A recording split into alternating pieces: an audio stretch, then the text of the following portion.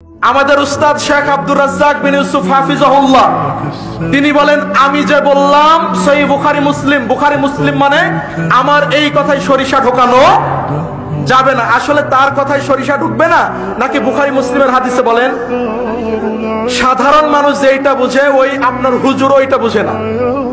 বলে যে ইমাম আহমদ ইবনে হাম্বল 10 লক্ষ হাদিসের হাফেজ, এত বড় আলেম হওয়ার পরেও তিনি বলে আমার কথা ভুল হলে দেওয়ালে ছুঁড়ে মারো।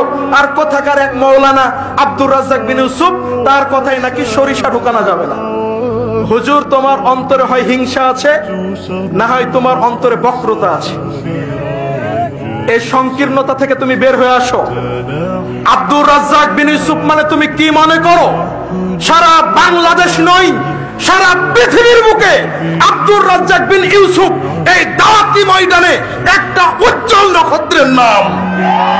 আব্দুর রাজ্জাক বিন ইউসুফের বিরোধিতা করে 5 পয়সাও তোমার ক্ষতি করতে সম্ভব হবে না। তুমি সাবধান থেকো, তুমি নিজেকে চেষ্টা করো তার মতো হওয়া। তার পিছনে লেগে সরিষা পরিমাণ ক্ষতি করতে পারবা না।